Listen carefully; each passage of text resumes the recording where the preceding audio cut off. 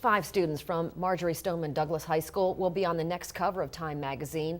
The headline, as you can see, enough. Time called the students the central organizers of one of the most powerful grassroots gun reform movements of the past 2 decades. And coming to Boise, another demonstration demanding an end to gun violence in schools. The local March for Our Lives event will be this Saturday from 10 until noon in front of the Idaho State Capitol.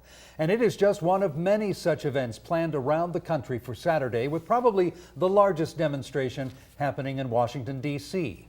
KBOI2's Christine Frizzell looks at how groups with differing ideas are clashing over a solution to the gun violence problem.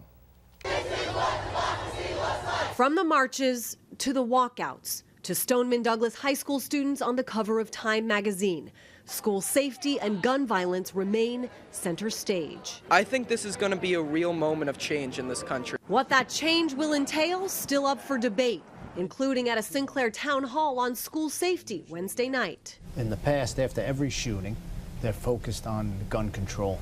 And I don't think that works. You're much more likely to get shot in a restaurant, and you're not talking about arming waiters and cooks.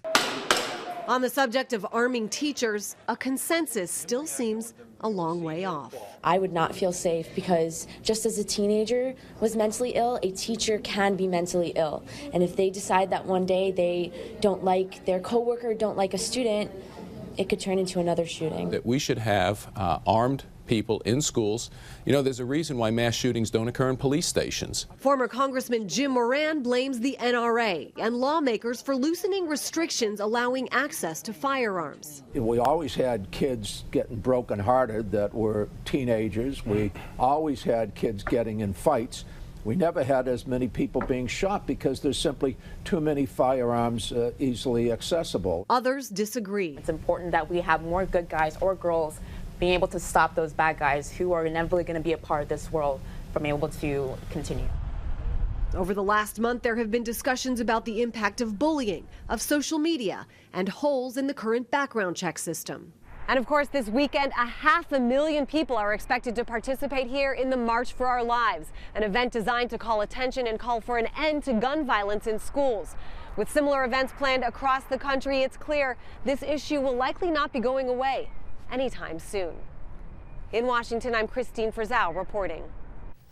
Here's today's national question of the day. Do you think that the gun control debate will prevent progress on other school safety initiatives?